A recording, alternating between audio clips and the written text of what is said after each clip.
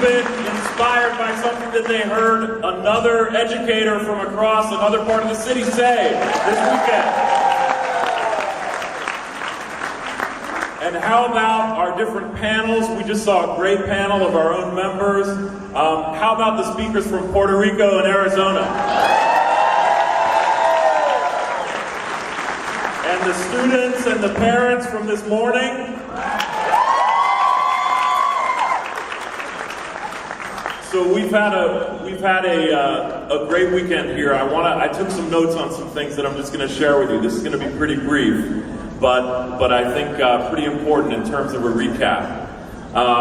So one of the things that occurred to me after I gave my speech on Friday night is that we do need to prepare to strike, partly because we do face an existential crisis in public education. And we gave a fair amount of detail about that this weekend. From my speech, from the Buettner report, from all sorts of things, right? So part of the reason that we need to be prepared to strike, and that we may very well need to strike, is because we gotta face down that existential threat. But I also want to make sure that we understand this. Preparing to strike and striking wins. Look at what has happened in some of what we've... That would be okay if you put those lights down a little bit. Yeah. I'm a little bit blinded up here. Gonna walk off the stage. Look at what's happened. Look at what's happened in some of these strikes that we've seen this year. West Virginia. So you could argue that part of the reason that the West Virginia educators went on strike was because of an existential threat to their public school system. They had charter legislation in the legislature to expand charters. They had empty classrooms because the pay was so low they couldn't attract teachers. Very low per pupil funding. That's an existential threat. But the other reason that they prepared to strike and ultimately did strike was because they knew it was an effective strategy to win. They won a 5% pay increase for all public sector workers after years without any pay increase. That is a major victory. They defeated all of the legislation that was in the State House regarding expansion of charters. They defeated with that strike. There was a bill that was in the legislature at the same time as that strike that would have eliminated seniority. They defeated that with the strike. And they created, for the first time ever, an actual structure to negotiate healthcare. Healthcare had been done unilaterally from the State House, and they created a structure. Those are real wins. So strikes also win. Think about Arizona. They got major pay raises in Arizona, and they got hundreds of millions of dollars as a result of that strike put into public education, right? And think about Puerto Rico. They were slated to have 555 schools closed. And they prevented the closure of 280 of them because of the strike and the actions that they took. So it's important for us to realize, yes, we're preparing to strike and we may very well need to because of existential threat, but we're also doing it because it is a proven strategy to win for our students, for our communities, for our parents, for our schools, and for us.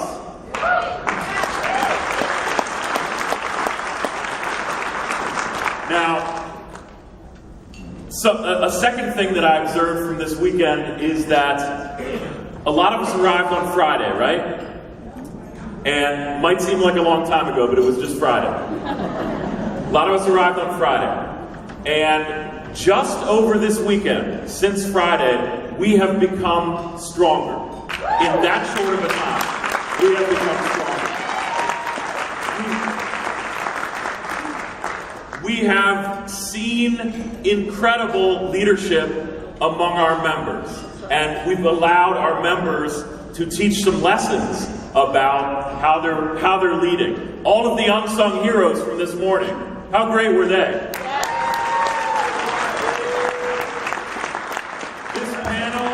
This panel that was just up here, really telling us about how they build those CAD structures. Very powerful, very important, and it's important they get a chance to tell us about that. Give them another round of applause.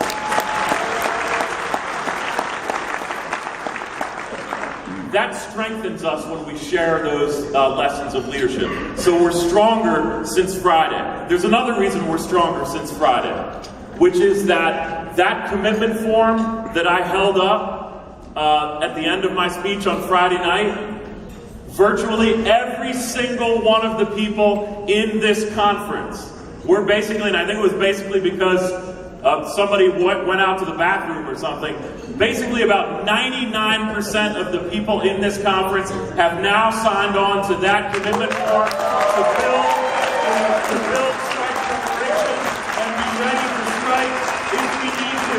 Give yourselves a round of applause. We've got everybody on board with the direction that we're going. We did not have that on Friday, and we got it now.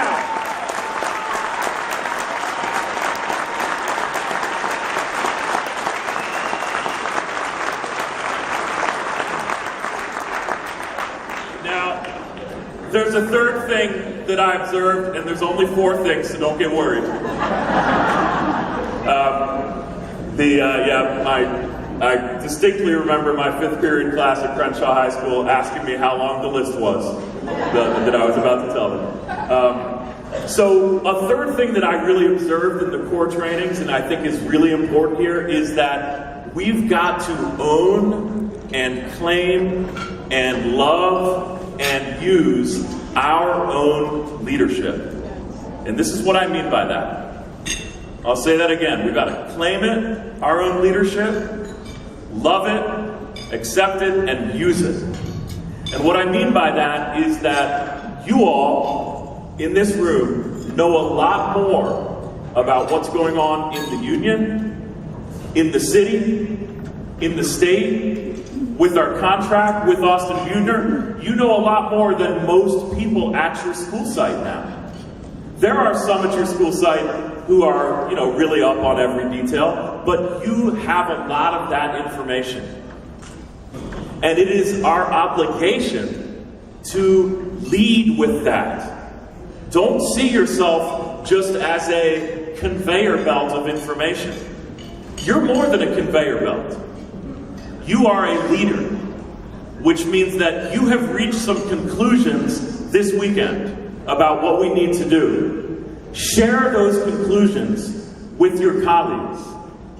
Don't be afraid to do that. Don't shy away from doing that. That is ultimately what leadership is. And if someone wants to challenge you on a certain aspect of it, they'll challenge you on it, and that's fine. That's also part of leadership. But when you go back there, and remember the part of core training 2, which was framing the choice? You remember that? Who remembers framing the choice? Okay? Framing the choice, which is, we have done these activities. We have been in bargaining for this long. We can either keep on doing the same thing, which is the definition of insanity, or do nothing, or we can escalate and have the power to strike. Frame that choice. Don't be afraid to do that. Lead on a yes vote on that strike vote. Who is going to lead their colleagues on a yes vote on that strike vote? Come on, let's hear it. What convinced them of that? Who's going to lead on that strike vote? And remember, part of leading on that is using your leadership and then trying to get a consensus at the end. And maybe you don't get a complete consensus, but a lot of you will. I've been talking to a lot of you. Every meal that we've had in here, I basically haven't gotten to because I walk around and talk to folks. And I'm convinced that you all know where we are, what we need to do, and I think when you frame the choice and then ask for consensus at the end of your August 13th meeting and say, can we all agree that we're going to vote yes to the strike vote? I think many of you are going to get 100% of your folks to do that. Who thinks they're going to get 100%?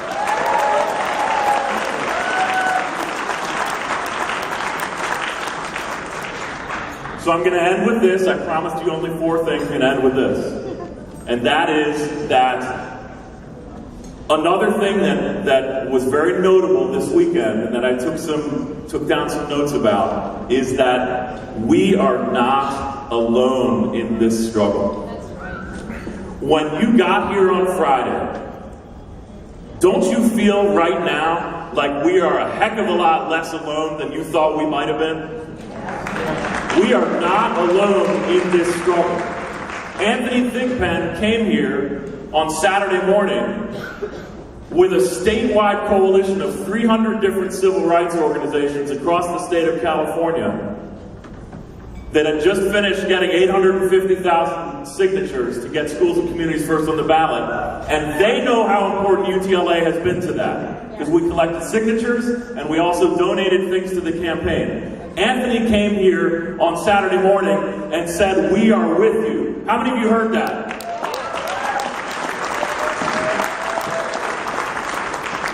Saturday at lunch, Mercedes and Joe brought down the house from Puerto Rico and Arizona, saying, not only telling us what they learned, but also saying unambiguously that they are with us. From Puerto Rico to Arizona, to our colleagues in New York, to folks in Chicago who are with us, all across this country, we've got people who are with us. The students and parents this morning, one of the most compelling things that I saw was students and parents saying straight up, "We are with you. We are going to organize our students. We're going to organize other parents. We're going to be on social media. We're going to be in the Spanish media because we are with you." How many of you heard that this morning?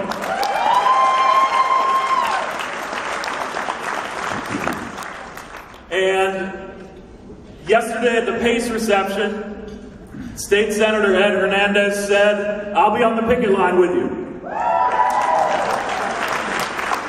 Maria Elena Durazo, who is very, very likely going to be a state senator, said, "I will be on the picket line with you."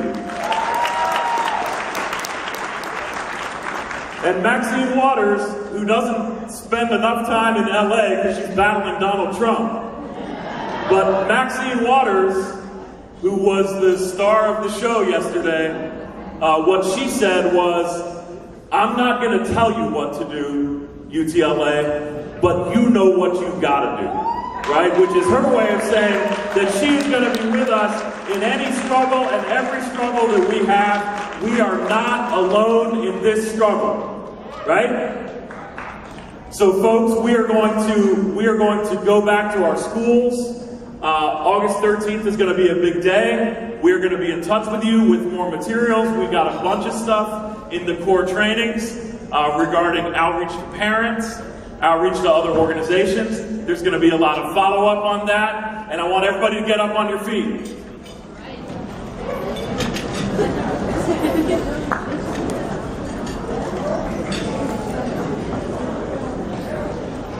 Okay, we're gonna do what the new champion chanters in UTLA. Now you can actually try to compete with this now if you want to, but the newly crowned chanting champions is the area of Valley West, okay? All right? Now I want you, because I saw Valley West yesterday at the end of a Core 2 training with Hannah up at the front leading the chant, and now you gotta make sure that you're better chanters than Valley West, okay? Then everybody together, including Valley West, okay? Where's Valley West? Okay. So, everybody, repeat after me. I believe. I believe we. I believe we will.